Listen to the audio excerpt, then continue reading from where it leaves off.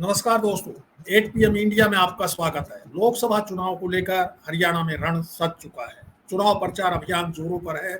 सभी दलों के राष्ट्रीय नेता पार्टी उम्मीदवारों के पक्ष में रैलियां कर रही हैं। चुनाव के इस दौर में आज हम बात करेंगे सिरसा लोकसभा क्षेत्र की। सिरसा लोकसभा क्षेत्र को उप प्रधानमंत्री स्वर्गीय देवीलाल के परिवार का गढ़ माना जाता है। 2019 के लोकसभा चुनाव में यहां से बीजेपी की सुनीता दुग्गल ने कांग्रेस के अशोक तंवर को 3 लाख से ज्यादा वोटों से हरा था। इस बार बीजेपी ने सुनीता दुग्गल का टिकट काटकर अशोक तंवर को मैदान में उतारा है। तंवर कई पार्टियां बदलने के बाद हाल ही में बीजेपी में शामिल हुए थे। कांग्रेस ने तंवर के मुकाबले यहां से 2 बार सांसद रही कुमारी शैलजा को प्रत्याशी बनाया है। मुख्य मुकाबला कांग्रेस और बीजेपी के उम्मीदवारों के बीच माना जा रहा है। आज हम सिरसा लोकसभा क्षेत्र के राजनीतिक समीकरणों को समझने का प्रयास करेंगे। इस पर बातचीत के लिए हमारे साथ मौजूद है सिरसा से वरिष्ठ पत्रकार इंद्रमोहन शर्मा। आप सिरसा की राजनीति की गहरी समझ रखते हैं। शर्मा जी, आपका 8 PM इंडिया पर स्वागत है। शर्मा जी, मेरा पहला सवाल आपसे यह है कि वर्तमान सांसद सुनीता दुग्गल की बजाय बीजेपी ने अशोक तंवर पर दांव क्यों लगाया? इसके पीछे क्या गणित है? उसके पक्ष में कौन से समीकरण है? इसके पीछे जो मुख्य समीकरण यह है कि जब 2019 में सुनीता दुग्गल बीजेपी की टिकट लेकर के आई थी तो वो उस वक्त बीजेपी के हाईकमान से सीधे जुड़े हुए थी और वो राजनाथ सिंह कह लीजिए या कहीं और अमित शाह से कह लीजिए कहीं कहीं ऊपर उन्होंने कोई ऐसी सांठगांठ बना करके टिकट तो ले आई। लेकिन उन्होंने ये कहा था कि आपको स्टेट की जो लीडरशिप है उनसे भी तालमेल बना करके चलना पड़ेगा। उसके बाद वो मनोहर लाल खट्टर जो मुख्यमंत्री थे उनके पास गई और जो उस वक्त जो भी प्रदेशाध्यक्ष थे उनके पास भी गई, सबके पास जाती गई, लेकिन उनका जो तालमेल था वो मनोहर लाल खट्टर के साथ सीधा नहीं हो पाया। लगभग उनका एक 36 का आंकड़ा बना रहा, जिसकी वजह से इस बार मनोहर लाल खट्टर ने बीजेपी के उम्मीदवार के रूप में अशोक तंवर को टिकट दिलवाया। उसके पीछे भी एक रहस्य यह है कि अशोक तंवर जो है उसकी माता जो है वो मनोहर लाल खट्टर के गांव से ही है। तो इस तरह से वो उन्होंने एक ऐसा रिश्ता अपना लिया कि मामा भांजा का रिश्ता हो गया।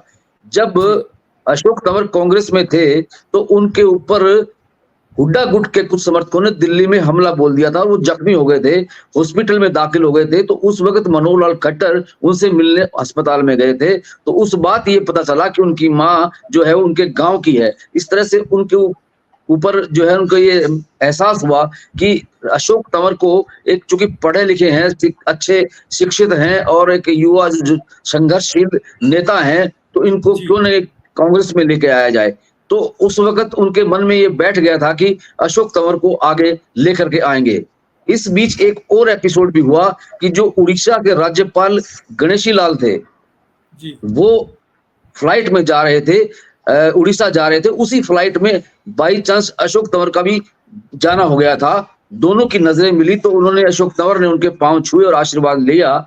और उस वक्त गणेशी लाल ने ये कहा था अशोक तंवर को, तब तक शायद वो आम आदमी पार्टी में चले गए थे, तो उन्होंने ये कहा था कि अशोक तंवर आप एक बहुत अच्छे संघर्षशील और युवा नेता है और आपको काफी लंबा सियासत करनी है, तो या तो आप उसी पार्टी में चले जाइए जहां से आपकी उत्पत्ति हुई थी, कांग्रेस में चले जाइए, या फिर आप बड़ी पार्टी बीजेपी में आ जाइए।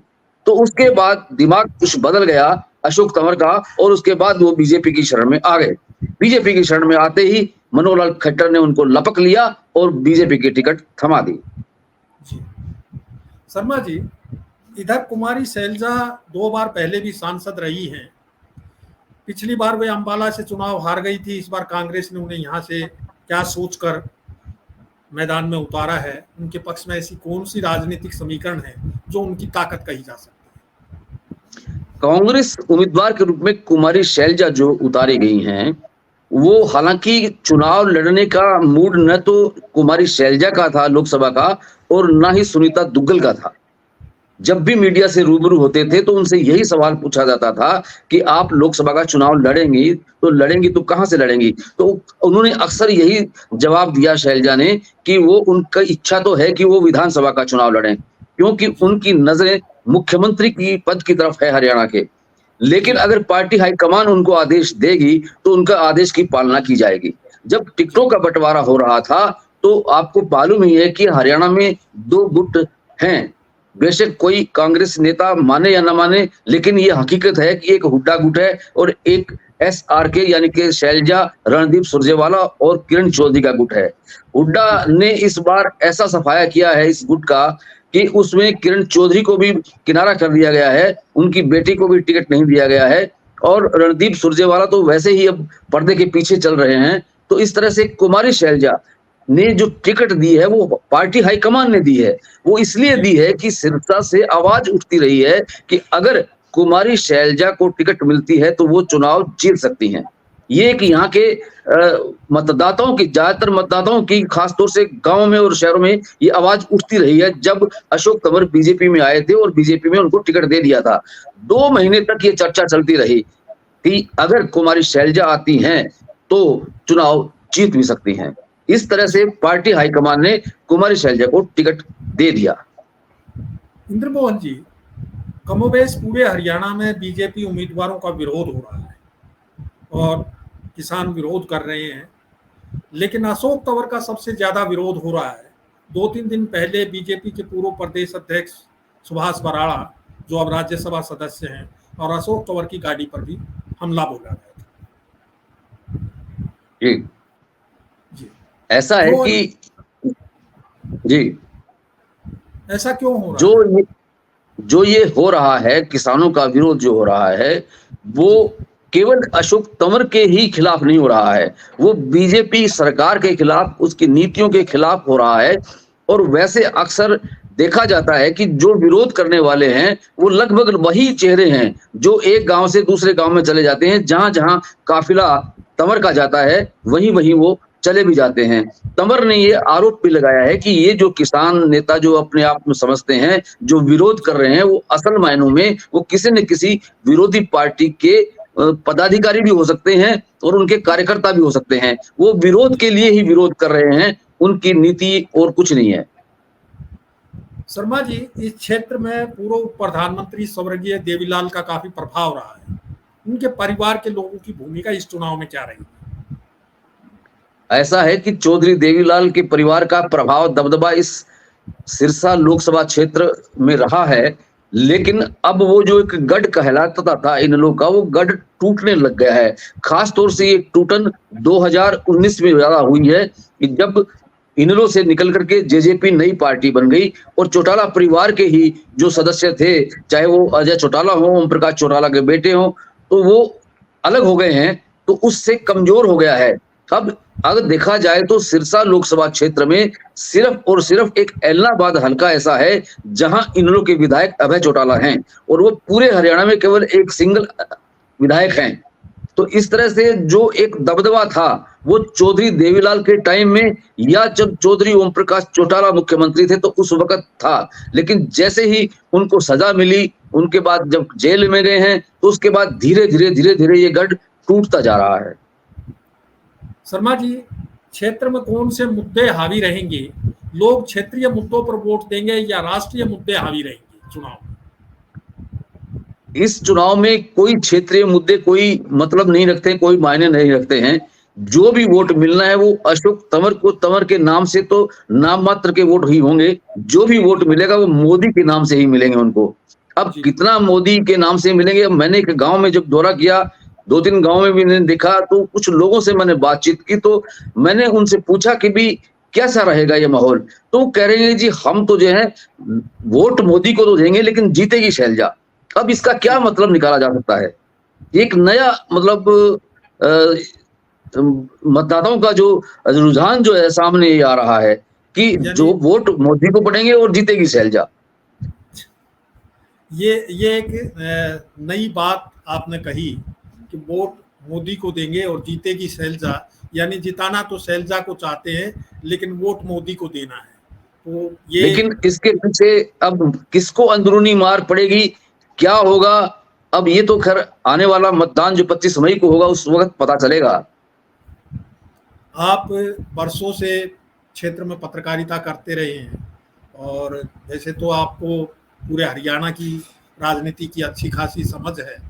लेकिन सिरसा में एक विशेष पकड़ आपकी रही है।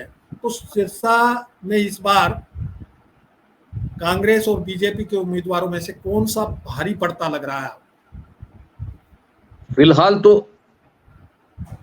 कुमारी शैलजा का एज नजर आता है, लेकिन आज जैसे कि दोपहर 3 बजे के बाद यूपी के जो सीएम हैं योगी आदित्यनाथ, जो कि उनको बुलडोजर बाबा के नाम से लोकप्रिय हैं, वो आ रहे हैं रैली को संबोधित करने के लिए अशोक तंवर की। तो उस रैली से पहले कल यहाँ के जो सिरसा के विधायक हैं गोपाल कांडा, जो कि हलोपा के सुप्रीमो हैं, और उनके भाई छोटे गोविंद कांडा जो बीजेपी के नेता हैं, उन दोनों को कांडा बंधुओं ने मिलकर के एक बुलडोजर रैली का भी आयोजन किया कल शहर में।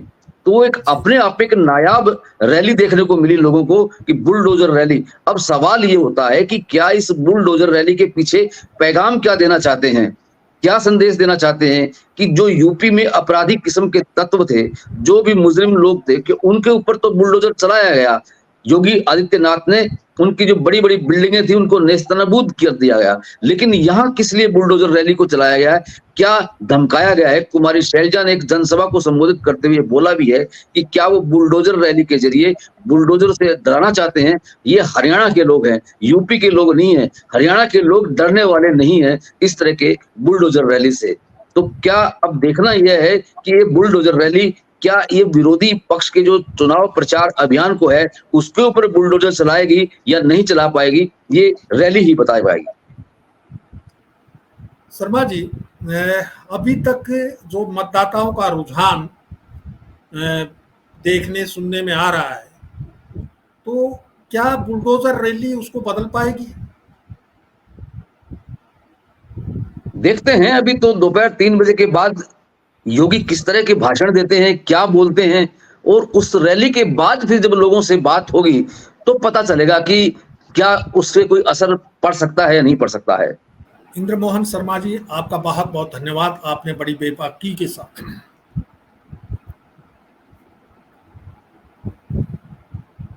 इंद्रमोहन शर्मा जी, आपका बहुत बहुत धन्यवाद। आपने बड़ी इंद्रमोहन शर्मा जी, आपका बहुत बहुत धन्यवाद। आपने बड़ी बेबाकी के साथ क्षेत्र के बनते बिगड़ते राजनीतिक समीकरणों का बारीकी से विश्लेषण किया। इस चर्चा के बाद निष्कर्ष के तौर पर कहा जा सकता है कि सिरसा लोकसभा सीट के लिए कांग्रेस की कुमारी शैलजा और बीजेपी के अशोक तंवर के बीच कड़ा मुकाबला होगा। ग्रामीण अंचल में शैलजा की स्थिति खासी मजबूत बताई जा रही है, वहीं शहरी क्षेत्रों में बीजेपी की पकड़ के चलते अशोक तंवर मजबूत दिखाई पड़ रहे हैं। पार्टी के स्थानीय नेताओं का सहयोग खुलकर नहीं मिलने से उन्हें मुश्किलों का सामना करना पड़ रहा है। अंतिम फैसला 4 जून को होगा। आपको हमारा यह एपिसोड कैसा लगा, कमेंट बॉक्स में अपनी राय अवश्य दें। जल्द फिर हाजिर होंगे नए राजनीतिक समीकरणों पर चर्चा के साथ। नमस्कार।